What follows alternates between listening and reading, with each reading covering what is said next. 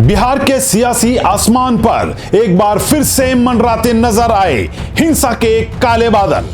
मोकामा गोलीकांड ने मानो गर्म होते जा रहे इस चुनावी माहौल में बारूद भर दिया हो। ऐसे में सवाल उठ रहे हैं कि क्या बिहार फिर उसी रास्ते पर लौट रहा है जहां राजनीति का मतलब था बंदूक और बदला। क्या ये 2025 का चुनाव विकास का नहीं, जंगल की वापसी की आशंकाओं का इशारा है? और क्या सियासी हत्याएं एक बार फिर से बिहार की राजनीति का हिस्सा बनने जा रही हैं? नमस्कार, आप देख रहे हैं YBN बिहार झारखंड और मैं हूं दीपक गौड़। बिहार के सियासी गलियारों में जहां इन दिनों चुनावी शोर ने जगह ले रखी थी, वहीं एकाएक मोकामा विधानसभा सीट पर हुए एक गोलीकांड ने कई नए सवालों को जन्म दे दिया है। असल में भदौर थाने के बसावनचक में जनसुराज पार्टी के समर्थक और बाहुबली नेता दुलार चंद यादव की सरेआम गोली मारकर हत्या कर दी गई। कभी जो जमी राजनीति के मैदान में अपनी गूंज रखती थी, वही जमी गोलियों की आवाज से कांप उठी है। मोकामा, जहां अब सिर्फ सवाल गूंज रहा है, क्या यह बिहार का चुनावी मौसम है या सियासत का तूफान आने वाला है? असल में जनसुराज पार्टी के नेता की सरेआम हत्या ने एक बार फिर से बिहार की सियासत को उसी पुराने दर्दनाक दौर की याद दिला दी है, जहां हर गोली के पीछे था कोई सियासी मकसद और हर हत्या के पीछे छिपा होता था कोई चुनावी समीकरण। ऐसे में मोकामा की आम जनता इस आशंका के साथ अपने घरों के भीतर चली गई कि कहीं एक बार फिर किसी गोलीकांड की चपेट में उनके घर का कोई सदस्य ना आ जाए। बहरहाल अब बिहार की सियासत में सवाल उठ रहे हैं कि इस हत्या की आड़ में कौन बुन रहा है सत्ता का खेल। सवाल उठ रहे हैं कि आखिर क्यों हर चुनाव के बाद बिहार की राजनीति फिर बारूद के साए में आ जाती है। तो चलिए पहले आपको इस मोकामा के इस गोलीकांड की विस्तार से जानकारी दें, फिर आपको बताएंगे कि कैसे इस घटना ने कैसे बिहार के सियासी समीकरण को भी बदला है। आपको बताएंगे कि आखिर क्यों लोग पूछ रहे हैं, क्या लौट आया है जंगल राज? क्या फिर से बिहार की सियासत वोट नहीं वर्चस्व की लड़ाई बन गई है?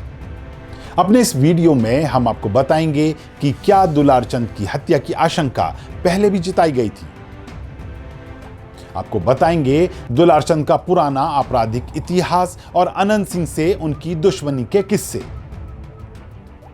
और आपको बताएंगे कि आखिर इस कांड के बाद राजनीति में क्या बदलने जा रहा है। लेकिन इस सबसे पहले अगर आपने हमारे चैनल को सब्सक्राइब नहीं किया है तो अभी कर लें और बेल आइकन का बटन दबाना ना भूलें। असल में मोकामा में हुए इस गोलीकांड को दो नजरियों से देखा जा रहा है। पहला नजरिया सियासी है और दूसरा खूनी संघर्ष से जुड़ा, जिसमें बाहुबलियों के चित्र की पुरानी कहानियों से जुड़े अध्याय हैं। बता दें कि एक बार फिर से मोकामा का इलाका बाहुबल, जातीय समीकरण और राजनीतिक प्रभुत्व की जंग में फिर से उबल पड़ा है।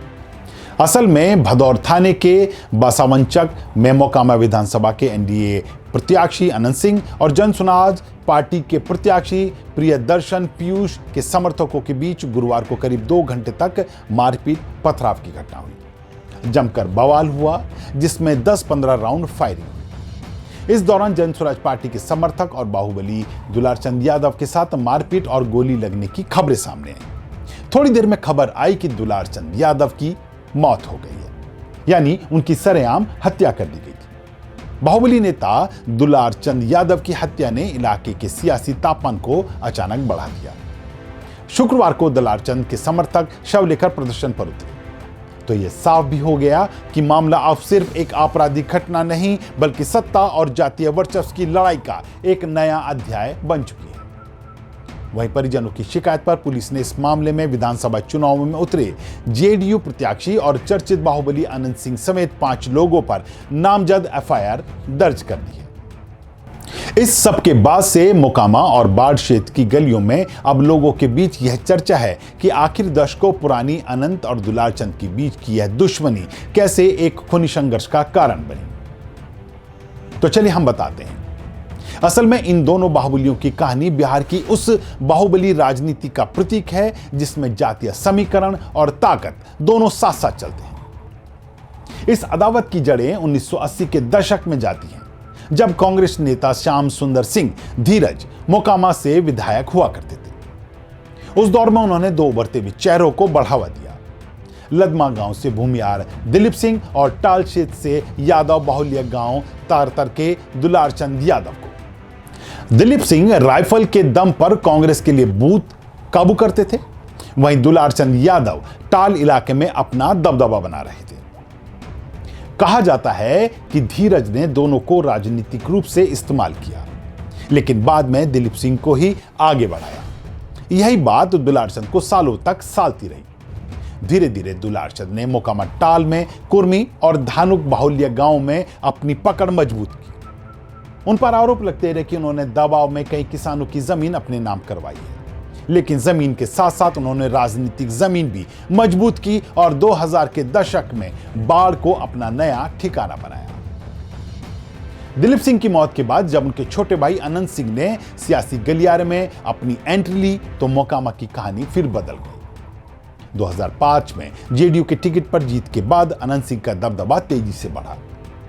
उधर दुलार चंद यादव का राजनीतिक ग्राफ लगातार गिरता गया। मोकामा और बाढ़ के स्थानीय कारोबार से लेकर पंचायती स्तर की राजनीति तक दोनों के बीच क्षेत्रीय नियंत्रण को लेकर कई बार टकराव भी हुआ। कहा जाता है कि बाढ़ शहर को दोनों ने अपने हिस्से में बांट रखा था। ठेला, टैक्सी, ठेके और सुरक्षा वसूली तक के प्रभुत्व की होड़ लगी रहती थी। समय के साथ यह प्रतिस्पर्धा व्यक्तिगत दुश्मनी में बदलती गई। दुलार चंद जहां आरजेडी के करीब पहुंचते गए, वहीं अनंत सिंह नीतीश कुमार की जेडीयू के शक्ति का चेहरा बने। ऐसे में पूर्व में कई बार इस बात की आशंका जताई गई थी कि दोनों के बीच किसी दिन बड़ा खूनी संघर्ष हो सकता है। अब घटना वाले दिन दुलार चंद यादव जन सुराज प्रत्याशी पीयूष प्रियदर्शी के लिए प्रचार कर रहे थे, जो धानुक समाज से आते हैं। इसी इलाके में उसी समय जेडीयू प्रत्याशी अनंत सिंह का काफिला भी मौजूद था। राजनीतिक जानकार मानते हैं कि यही टकराव की असली वजह बना। बहरहाल दुलार चंद की हत्या को बाहुबली राजनीति का नया एपिसोड माना जा रहा है। मोकामा और बाढ़ क्षेत्र में दशकों से बाहुबलियों की राजनीति जातीय गणित से ही चलती रही। एक समय था जब अनंत सिंह और दुलार चंद दोनों स्थानीय शक्ति केंद्र माने जाते थे। अब जब बिहार चुनाव अपने चरम पर है, दुलार चंद की हत्या ने इस पूरे समीकरण को हिला दिया है। दुलार चंद के समर्थक इसे साजिशन हत्या बता रहे हैं, जबकि पुलिस इस मामले की जांच राजनीतिक कोण से भी कर रही है। स्थानीय लोग मानते हैं कि यह सिर्फ व्यक्तिगत रंजिश नहीं, बल्कि मोकामा टाल पर राजनीतिक नियंत्रण की जंग है। अब ऐसे में आशंका यह जताई जा रही है कि आने वाले दिनों में अगर एनडीए की सरकार बनी और अनंत सिंह चुनाव जीत गए तो वह अपने विरोधियों के खिलाफ एक्शन में नजर आ सकते हैं। वहीं अगर महागठबंधन की सरकार बनी तो यह आशंका बनी रहेगी कि सूरजबान या दुलार चंद के साथी अनंत सिंह से उनकी हत्या का बदला लें। ऐसे में आने वाले दिनों में एक वर्चस्व के लिए संघर्ष होने की आशंका बनी हुई है। इस वर्चस्व के संघर्ष में अगर आने वाले समय में बिहार के कुछ अन्य बाहुबली भी अपने अपने नफा नुकसान को देखते हुए दूसरों का साथ देखते नजर आए तो यह कोई अतिशयोक्ति नहीं होगा। अगर बिहार के इतिहास को ही देखें तो ऐसे किस्सों की भरमार है जहां बदले की राजनीति और वर्चस्व के चलते कई बार खूनी संघर्ष हुआ है। बहरहाल अब भले ही इस दुलार चंद की हत्या को एक साधारण घटना के तौर पर लिया जा रहा हो, लेकिन बिहार की राजनीति के जानकारों का कहना है कि यह आने वाले समय में एक जंगल राज जैसी स्थिति को पैदा करने के लिए बीज का काम कर सकती है। लंबे समय से बिहार में एनडीए की सरकार है, जिससे महागठबंधन के खेमे के कई दबंग नेता चुप्पी साधे बैठे हैं। लेकिन इस घटना को बिहार की क्षेत्रीय नियंत्रण वाली राजनीति का नया पाठ समझा जा सकता है। हालांकि सियासत में मौकों का फायदा उठाने वाले ही मंझे हुए नेता कहलाते हैं। ऐसे समय में जब दुलार चंद की हत्या के लिए अनंत सिंह के खिलाफ मुकदमा दर्ज करवाया गया हो, जबकि राजद से सूरजभान की पत्नी उम्मीदवार हो, तो कयासों का बाजार गर्म होना लाजमी है। अनंत सिंह खुद इस बात की ओर इशारा भी करते हैं। वह अपने ऊपर हत्या के आरोपों को खारिज करते हुए इसे सियासी लाभ के लिए की गई हत्या करार देते हैं। हालांकि सबके बावजूद अब सवाल उठ रहे हैं कि क्या आने वाले दिनों में खूनी संघर्ष की घटनाओं में इजाफा होने की आशंका है, या दुलार चंद की हत्या को एक घटना मात्र ही माना जाए और मान लिया जाए कि बिहार अब अपने पिछले दौर से बहुत आगे निकल चुका है। क्या सही में अब नीतीश कुमार की सरकार ऐसे गर्म मुद्दों को आसानी से सुलझा लेने में माहिर हो गई है? इस मुद्दे पर क्या है आपकी राय? हमें कमेंट बॉक्स में लिखकर जरूर बताएं। मुद्दा गर्म है कि इस एपिसोड में इतना ही। एक बार फिर ऐसे किसी नए मुद्दे को लेकर आपके बीच होंगे हाजिर। तब तक के लिए दीजिए इजाजत। नमस्कार।